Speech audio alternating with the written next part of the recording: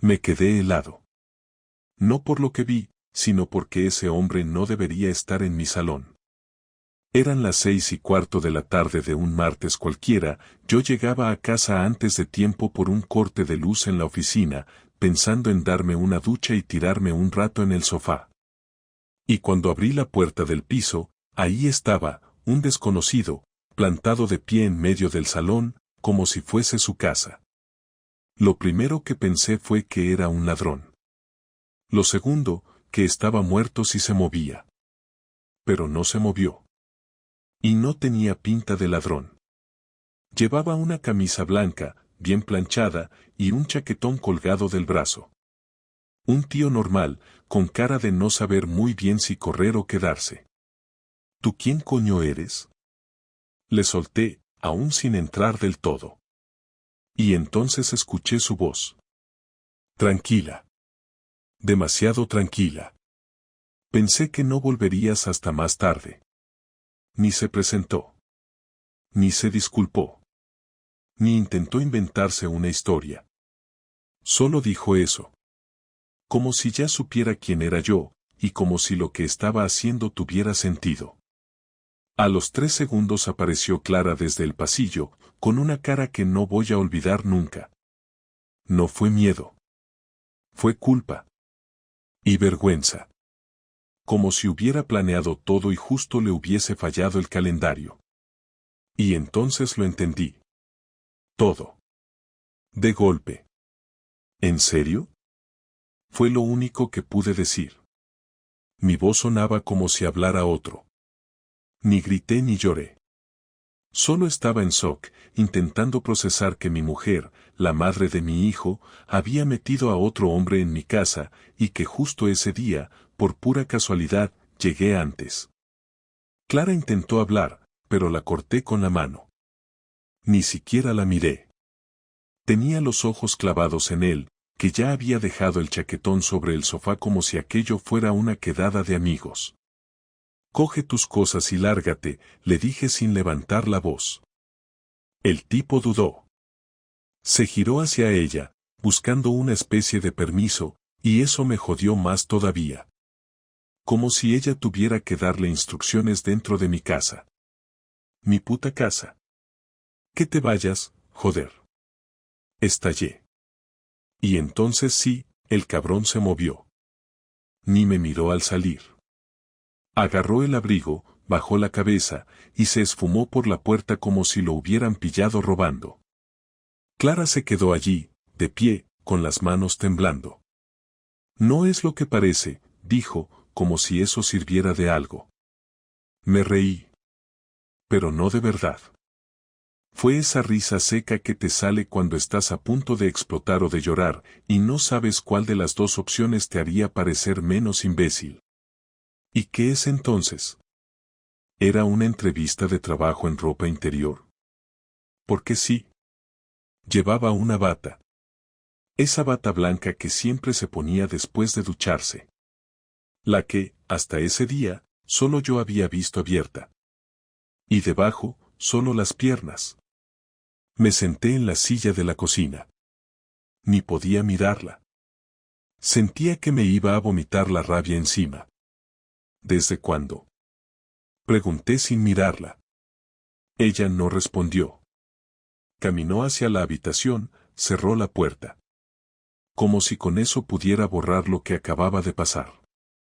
Como si esto fuera una bronca más. Y ahí me quedé yo.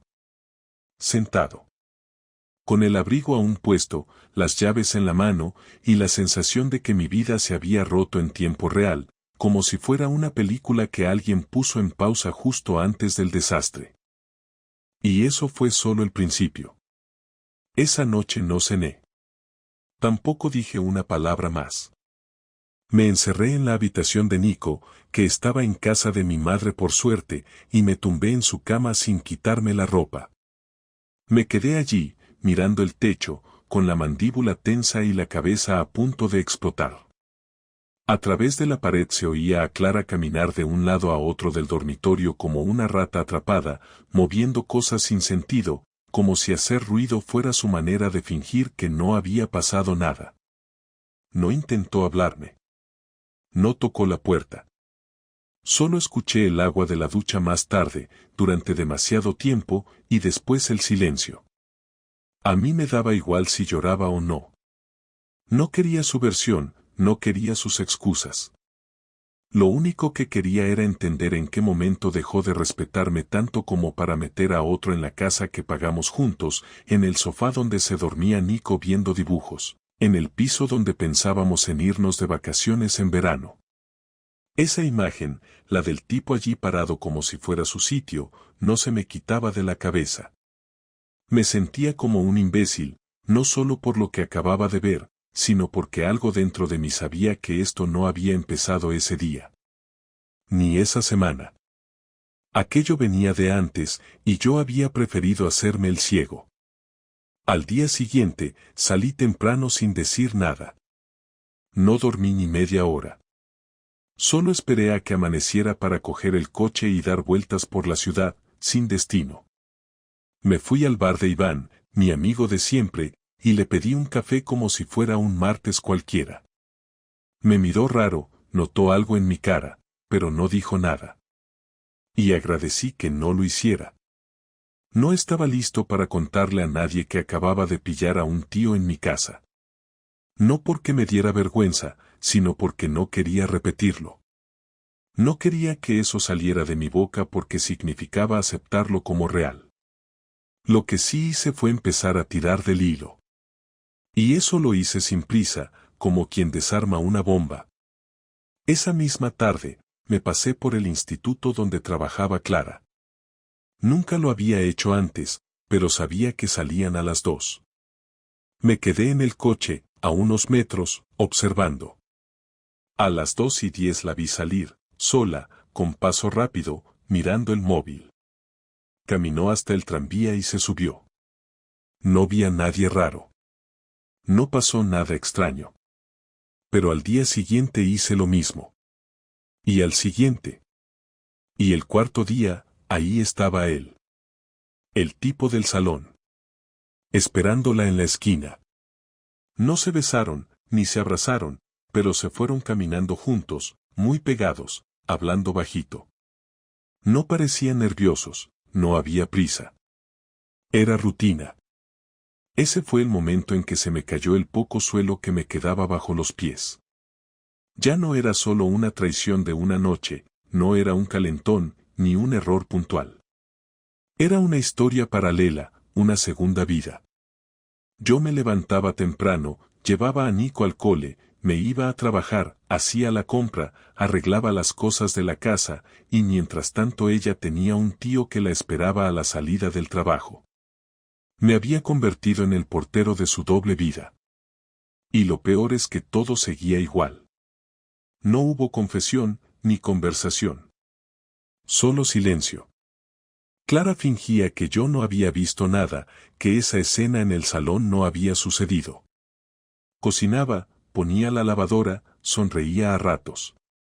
Me hablaba de cosas cotidianas como si yo no supiera que en cuanto saliera de casa se iría a ver con él. Y eso me jodía más que el engaño en sí. Esa capacidad de fingir, esa frialdad.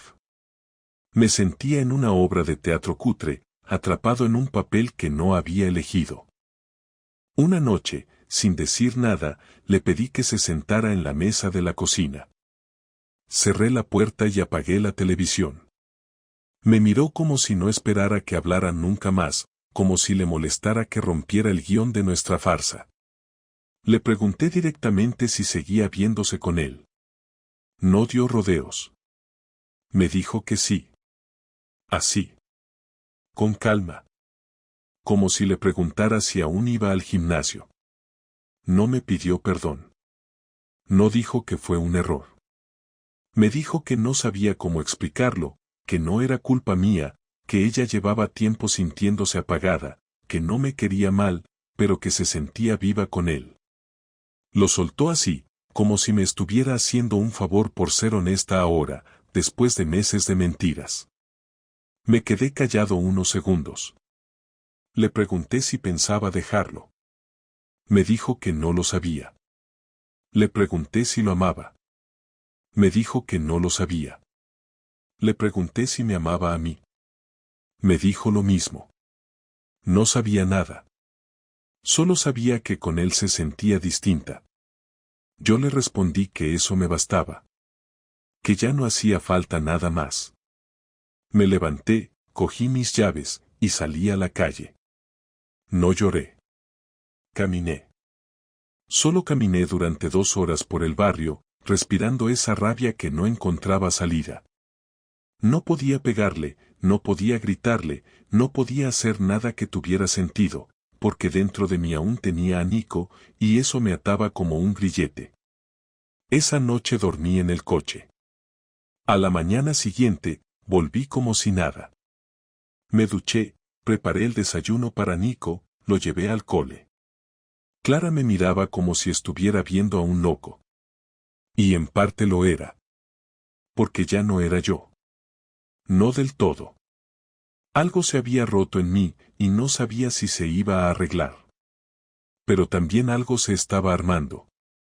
Y lo notaba en cómo la miraba, en cómo planeaba mis siguientes pasos. Porque si ella había mentido durante meses, yo podía fingir un par de semanas. Y lo haría. Porque si algo tenía claro, era que no iba a quedarme quieto viendo cómo me cambiaban la vida por detrás. Había demasiadas cosas que podían dolerle, y todavía no sabía cuál iba a elegir. Pero iba a elegir una. Y no iba a ser leve. Solo necesitaba tiempo. Muy poco. Durante los días siguientes me comporté como si todo estuviera en orden, como si aquella conversación en la cocina no hubiese sido el final de nada. Me levantaba a la misma hora, preparaba el desayuno para Nico, intercambiaba palabras vacías con Clara sobre cosas como el supermercado o el correo que había llegado, y salía de casa con una sonrisa neutra, de esas que no transmiten nada. No volví a preguntarle por él ni por la situación, ni mencioné nada de lo que estaba planeando. En lugar de eso, empecé a organizarme, con la calma de alguien que sabe que está en guerra y que necesita conocer bien el terreno antes de atacar. Lo primero que hice fue revisar los papeles. El piso estaba a nombre de los dos, pero los recibos de la hipoteca estaban domiciliados en mi cuenta. Todo lo demás lo habíamos comprado juntos, salvo el coche que ella usaba, que estaba a su nombre porque yo no lo quería. Revisé los extractos bancarios de los últimos meses, busqué movimientos extraños, gastos que pudieran estar vinculados con él, cosas como hoteles, reservas, compras duplicadas. No encontré nada evidente, pero no por eso bajé la guardia. Si ella era capaz de esconder a un tío durante tanto tiempo, era lógico que supiera borrar bien sus huellas. Lo que sí hice fue abrir una cuenta nueva en otro banco, sin decírselo a nadie, y comencé a transferir una parte de mi sueldo allí, lo justo para que no se notara demasiado pero suficiente como para tener un colchón si llegaba el momento. También hablé con un abogado. No le conté todo, solo lo suficiente. Le expliqué que sospechaba una infidelidad prolongada y que quería saber cómo quedaría yo en caso de separación. Me dijo que si tenía pruebas, podía tener ventaja en una demanda, especialmente si demostraba que hubo convivencia con el amante o uso del domicilio conyugal para encuentros. Me aconsejó documentarlo todo, así que empecé a recoger evidencias. Fotos, fechas, mensajes que cruzábamos donde ella no negaba nada, horarios, recorridos. Incluso grabé la conversación de aquella noche en la cocina. Todo iba a un pendrive que guardaba en la oficina, bien escondido. No me gustaba convertirme en un espía, pero entendí que ya no vivía con mi mujer, sino con alguien que me había traicionado sin ningún respeto, y que lo mínimo que podía hacer era defenderme. Lo que más me costaba era fingir normalidad con Nico. Él no notaba nada raro. Seguía feliz, hablándome de sus dibujos, de sus clases, y jugando conmigo como siempre. A veces, al verlo, sentía que no merecía tener que pasar por esto. Él no había pedido nacer en medio de esta historia rota, y me dolía pensar que pronto iba a tener que explicarle que sus padres ya no estarían juntos. Pero no podía dejarme llevar por el sentimentalismo. Clara había elegido su camino. Y yo iba a elegir el mío.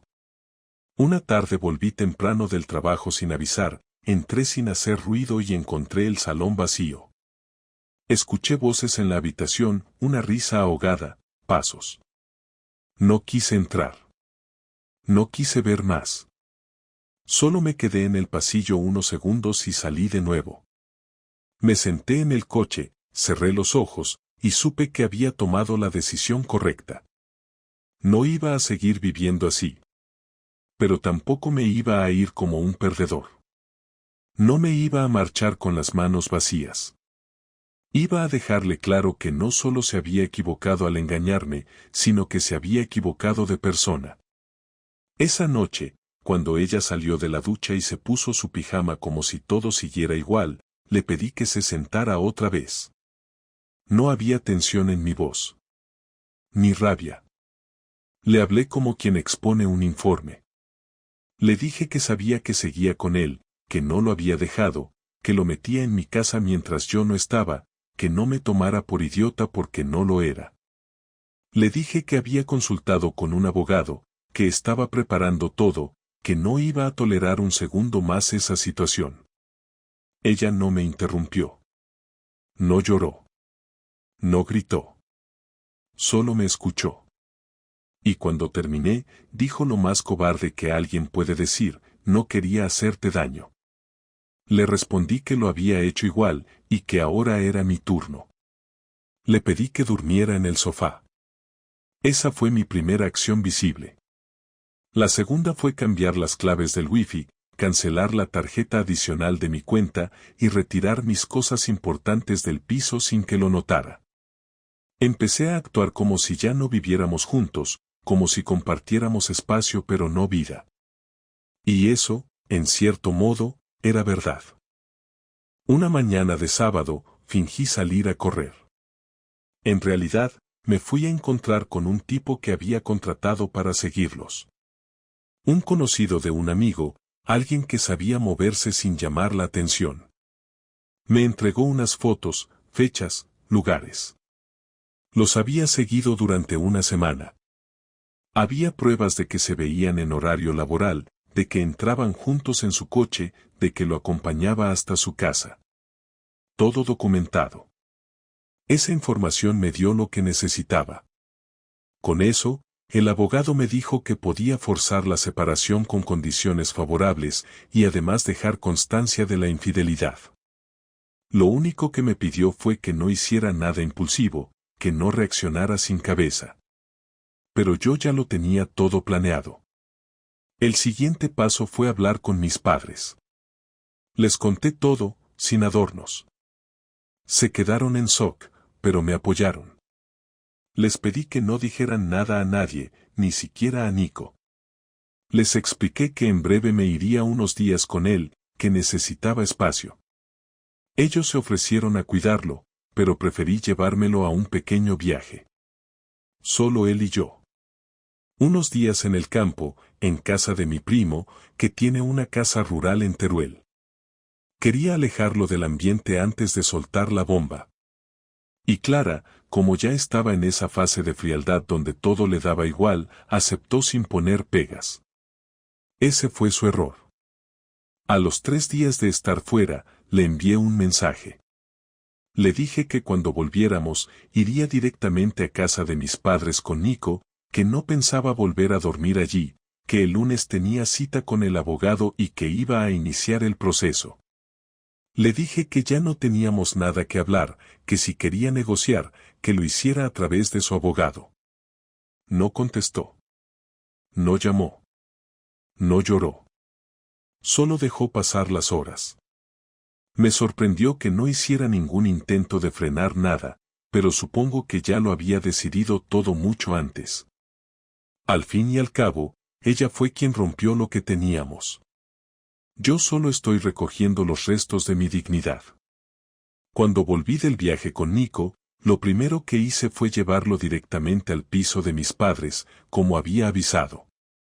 Le dije que íbamos a quedarnos unos días allí porque estaban haciendo unas reparaciones en casa, una excusa suficiente para un crío de 7 años al que no le importaba mucho mientras tuviera su cama, sus juguetes y algo de dibujos en la tele. Él no sospechaba nada, seguía con su mundo intacto, y yo intentaba mantenerlo así el mayor tiempo posible, al menos hasta que Clara y yo resolviéramos todo. No sabía cuánto iba a durar el proceso, pero sí tenía claro que no iba a volver a ese piso mientras ella estuviera dentro. No por orgullo, sino porque no quería verla cada mañana desayunando como si no hubiera arrastrado todo por el suelo. Yo necesitaba poner distancia y no seguir expuesto a su frialdad como si eso fuera normal. Lo que me jodía no era que me hubiera engañado, lo que me jodía era la indiferencia. Esa manera de mirarme como si ya no tuviera derecho a sentir nada. Y si ella quería jugar a ser una desconocida, yo iba a hacerlo también. El lunes a primera hora estaba en el despacho del abogado. Le llevé todo, las fotos, los audios, las fechas, los horarios, los mensajes. Me dijo que era suficiente para incluir la infidelidad en la demanda y pedir una separación con custodia compartida, pero con condiciones. Me explicó que el hecho de que ella hubiera metido a esa persona en el domicilio familiar, con el niño en casa en muchas ocasiones, podría jugar a mi favor. Yo no quería quitarle a mi hijo, pero sí dejar claro que no iba a aceptar una convivencia donde yo fuese tratado como un mueble mientras otro dormía en mi cama. Me recomendó que no intentara hacer justicia por mi cuenta, que no cayera en provocaciones, que todo lo hiciera legal y limpio. Le dije que eso estaba claro. Yo ya había pasado la etapa del descontrol, ahora estaba en otra, mucho más fría. La demanda se presentó esa misma semana. Ella fue notificada un jueves por la tarde. No tardó mucho en escribirme. Me mandó un mensaje escueto: ¿de verdad has hecho esto? No le contesté. Me llamó después, no respondí. Me dejó un audio donde por fin dejaba ver algo de rabia: no puedo creer que me estés dejando así, como si fuera una cualquiera. Tenemos un hijo, Marcos, ¿qué clase de padre hace esto sin hablarlo? Lo escuché entero y después lo borré. Me parecía increíble que después de todo lo que había hecho, intentara ponerse como víctima. No pensaba explicarle nada. Ella lo sabía todo desde el primer día. Yo solo había actuado en consecuencia. El siguiente paso fue recoger mis cosas. No pensaba volver a poner un pie allí sin testigos, así que llamé a mi amigo Iván, el del bar, y le pedí que viniera conmigo. Quedamos el sábado por la mañana. Cuando llegamos al portal, Clara ya estaba esperándonos. No dijo nada al ver a Iván. Solo abrió la puerta y se apartó. Yo no miré a ningún lado que no fueran las estanterías, los armarios, los cajones. Quería terminar lo más rápido posible. Fui directo a por mi ropa, mis documentos, mis libros, mis herramientas y algunos objetos personales. Todo lo demás me daba igual. Me llevé hasta la cafetera, porque era mía desde antes del matrimonio. Ni Iván ni yo dijimos mucho. Él cargaba las cajas y yo las iba llenando. Clara no se movió del salón. Solo fumaba en la ventana. En un momento dado, cuando ya quedaba poco, se acercó y me preguntó si pensaba que esto era definitivo. Le dije que sí. Me preguntó si pensaba hablar con Nico para explicarle lo que pasaba. Le dije que cuando llegara el momento, lo haría, y que sería sincero.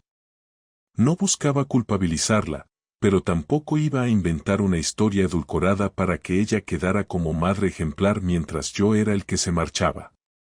Me dijo que no sabía cómo habíamos llegado hasta esto. No le contesté. Porque sí lo sabía.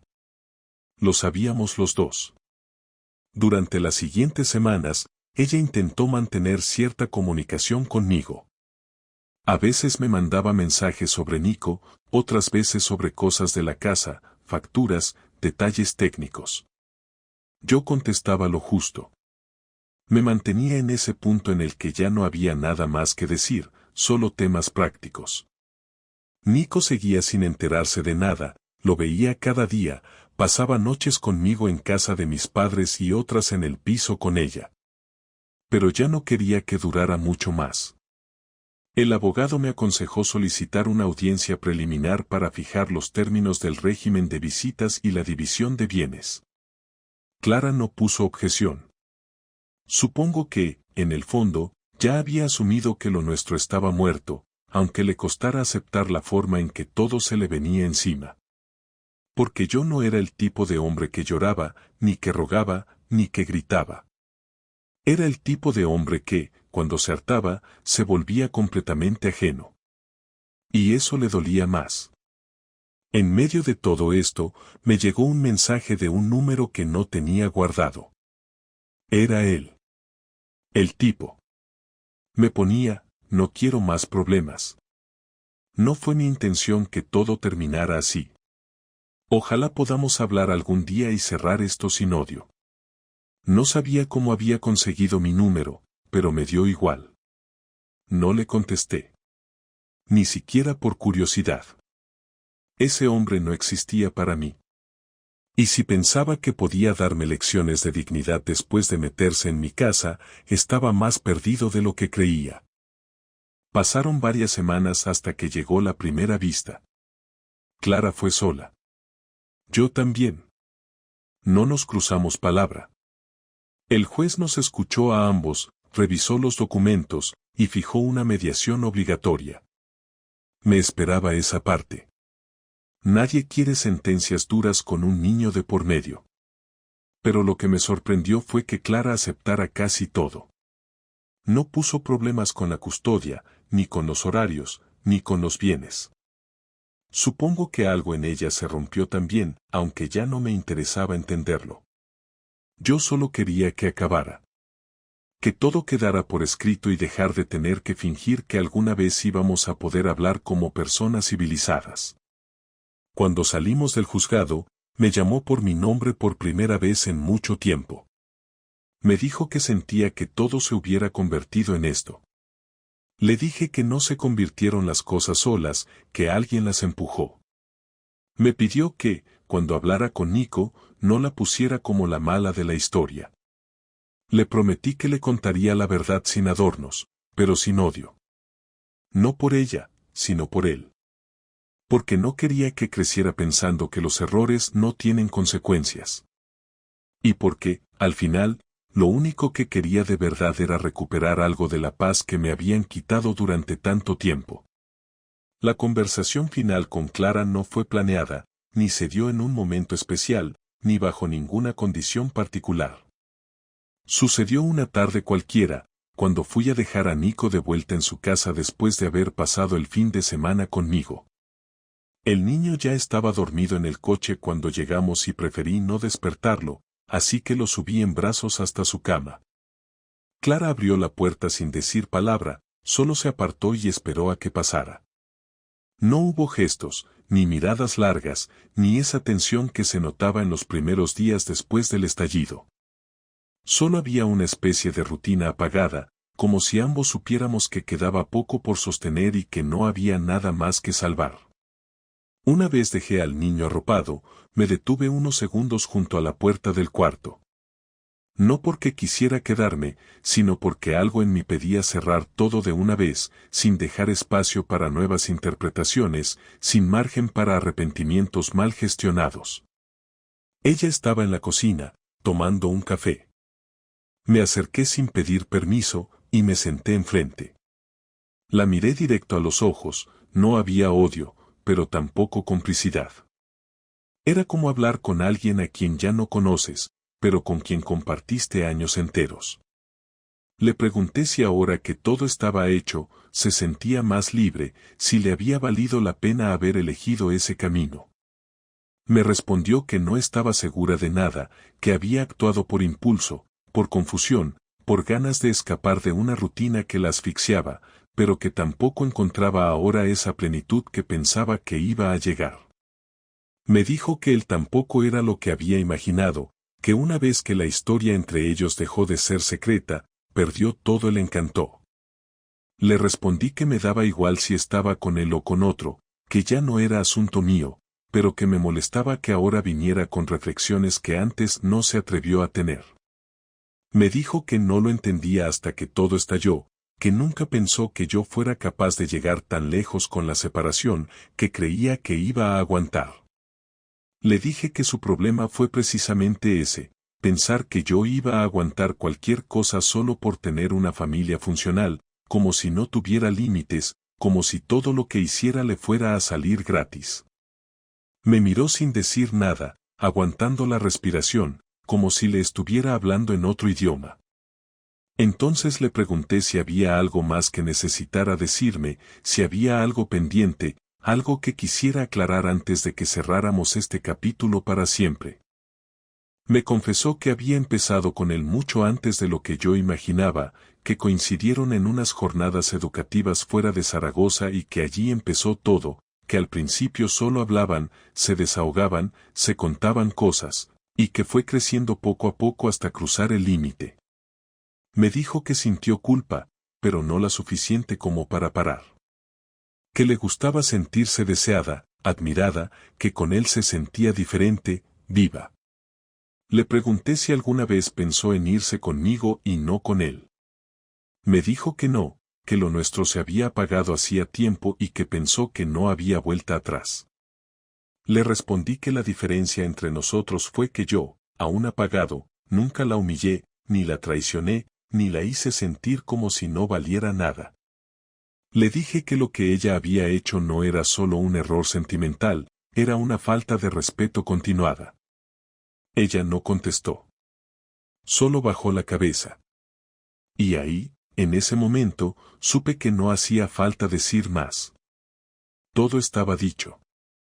Le expliqué que no iba a ponerle obstáculos con Nico, que íbamos a cumplir lo pactado y que él iba a crecer con los dos presentes, pero que no pretendiera que íbamos a tener una relación cercana. Le pedí que, si en algún momento decidía presentar a alguien nuevo, lo hiciera con respeto, con prudencia, no por mí, sino por el niño.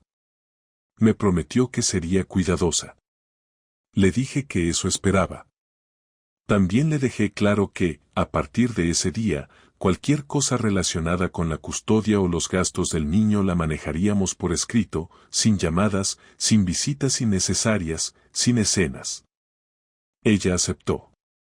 Me pidió que no le quitara el trato cordial, que no quería terminar siendo una extraña en mi vida. Le dije que ya lo era. Y me levanté para irme. Esa fue la última vez que hablé con ella cara a cara. Desde entonces, todo lo resolvemos por mensajes, con un tono correcto, pero seco. Nico tardó unas semanas en notar el cambio. Preguntó por qué ya no dormía en casa, por qué pasaba más tiempo en casa de los abuelos, por qué mamá y papá no iban juntos a los sitios. Le fui respondiendo poco a poco, con palabras adaptadas a su edad, sin cargarle la culpa a nadie, pero sin inventar historias. Le dije que mamá y yo habíamos tenido problemas y que ahora vivíamos en casas distintas, pero que lo queríamos igual que siempre. Al principio le costó entenderlo, pero después empezó a asumirlo como parte de su nueva rutina. Lo importante era que no viera discusiones, que no sintiera tensión. Y en eso fui inflexible.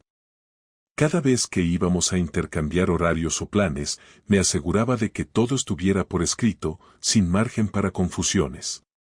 Poco a poco, empecé a recuperar cosas que había perdido sin darme cuenta. Dormía mejor. Comía con más tranquilidad. Volví a leer. Volví a salir. Volví a estar solo sin sentir que me faltaba algo.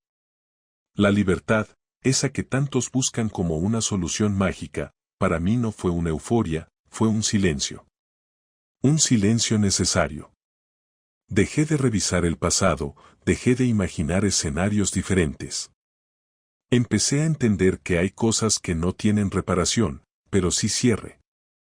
Y yo necesitaba ese cierre. A veces, por la noche, cuando Nico duerme en mi casa, me quedo un rato en su cuarto mirándolo. No por nostalgia, sino por certeza. Porque todo lo que hice, lo hice por él. Por no dejarle un ejemplo de resignación, por enseñarle que nadie tiene derecho a usarte, por demostrarle que se puede salir adelante sin traicionarse a uno mismo. Clara eligió su camino. Yo elegí el mío. No fue un final feliz.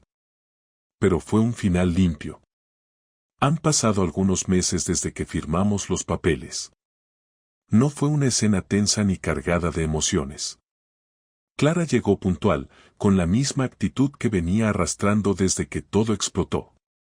Nos sentamos en lados distintos de la sala, cada uno con su abogado, y firmamos hoja por hoja sin hablar, sin mirar demasiado.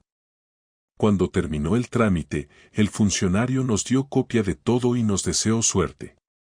No respondí. Salí de allí sintiendo lo que esperaba sentir, nada. Ya no quedaba espacio para el dolor, ni para el enojo, ni para la nostalgia. Lo que habíamos construido se terminó. Lo que habíamos sido dejó de importar. Lo único que contaba era lo que venía, y eso ya no incluía a Clara. No hice nada para celebrarlo. No salí con amigos, no me fui de viaje, no publiqué indirectas. Volví a casa, me serví un café y me senté en silencio. Estaba solo, pero no vacío. Sentía una calma distinta, no la del que se quita un peso de encima, sino la del que ya no tiene que mirar hacia atrás. Tenía mis horarios, mi rutina con Nico, mis planes. Empecé a enfocarme en las cosas pequeñas que había dejado de hacer. Cambié los muebles de sitio, pinté una de las habitaciones, me apunté a un curso que siempre había querido hacer pero que había pospuesto durante años. No necesitaba distraerme, necesitaba reenfocarme. No quería salir corriendo a llenar vacíos, quería vivir mi vida desde otro lugar, sin filtros, sin obligaciones impuestas. Con Nico las cosas mejoraron. Ya no preguntaba tanto. Asimiló el cambio con una naturalidad que a veces me sorprendía. Supongo que a su edad no se trata de entender, sino de adaptarse. Empezó a tener su mochila con cosas en cada casa, sus horarios, sus espacios. Lo llevábamos bien. Clara y yo manteníamos el trato mínimo, seco pero funcional. No hubo más escenas, ni cruces innecesarios. Habíamos entendido que cuanto menos compartiéramos fuera del tema del niño, mejor. No intenté reconstruir nada con ella. No me interesaba. No sentía curiosidad por su vida, por si seguía con aquel tipo o si ya estaba con otro. Me daba igual. Lo que hiciera con su tiempo ya no era asunto mío. Había dejado de formar parte de mi historia, aunque siguiéramos compartiendo un hijo. Una tarde, después de recoger a Nico del colegio, me preguntó si mamá y yo íbamos a volver a estar juntos algún día. Le respondí con la verdad, sin rodeos, sin suavizarlo demasiado. Le dije que no, que cuando los adultos se hacen daño o dejan de entenderse, a veces lo mejor es seguir caminos distintos. Le dije que eso no cambiaba lo que sentíamos por él, ni que iba a tener menos amor, solo que el amor venía en formas diferentes ahora. Me miró sin dramatismo, asintió, y siguió jugando. No volvió a mencionarlo. Y yo entendí que no necesitaba más explicaciones. Lo importante era estar. Y eso lo estaba cumpliendo. Con el tiempo, también fui cerrando otros círculos. Dejar de hablar con ciertos amigos que solo estaban interesados en el chisme, que no preguntaban cómo me sentía sino qué había pasado. Gente que disfrutaba con el drama ajeno y que lo disfrazaba de preocupación. No necesitaba ese ruido. Me quedé con los pocos que supieron acompañar sin invadir, los que no necesitaban detalles para estar presentes. Empecé a valorar mucho más el silencio, las conversaciones breves pero honestas, las acciones pequeñas que no pedían nada a cambio. Ya no buscaba validación, solo claridad. Volví a salir, sí, pero sin expectativas. No salía para conocer a nadie, ni para llenar espacios. Salía porque me apetecía, porque quería recuperar partes de mí que había dejado apagadas durante años. Hubo mujeres que mostraron interés, y no voy a negar que alguna vez pensé en lo fácil que sería meterme en otra historia para tapar lo anterior, pero no lo hice. No quería sustituir una rutina por otra. No quería repetir patrones por miedo a estar solo. Quería estar bien conmigo antes de compartir mi tiempo con alguien más. Y eso me llevó tiempo, pero lo logré. Hubo un momento que no voy a olvidar. Estaba en el supermercado, haciendo la compra del sábado, cuando la vi. Clara, sola, en la fila de la carnicería. Me vio también. Nos saludamos con un gesto. Ninguno se acercó. Ninguno hizo amago de hablar. Fue un cruce de segundos, sin peso. Pero cuando me alejé, supe que por fin había cerrado todo. Ya no dolía. Ya no quedaban cuentas pendientes. Ya no había nada que me remordiera. Solo dos personas que compartieron una vida y que ahora eran simplemente eso, dos personas. Hoy mi vida es otra. No mejor ni peor. Solo distinta. Me levanto temprano, desayuno en silencio, llevo a Nico al colegio, trabajo, hago mis cosas, y espero el fin de semana para volver a tenerlo en casa. Tengo proyectos nuevos, amigos nuevos, una rutina más simple, más mía. No sé qué vendrá después. No tengo prisa. No tengo ansiedad. Solo tengo la certeza de que pasé por algo que me cambió, que me obligó a despertar, y que ahora puedo mirar al espejo sin sentirme traicionado por mí mismo. No busco revancha. No quiero que le vaya mal. No deseo que se arrepienta ni que venga a pedirme nada. Solo espero que haya entendido que hay decisiones que no se deshacen, que hay daños que no se reparan, que hay personas que, una vez se van, no vuelven. Yo no volví. No lo haré. Y si algo saqué de todo esto, es que uno siempre sabe cuando algo se rompe para siempre.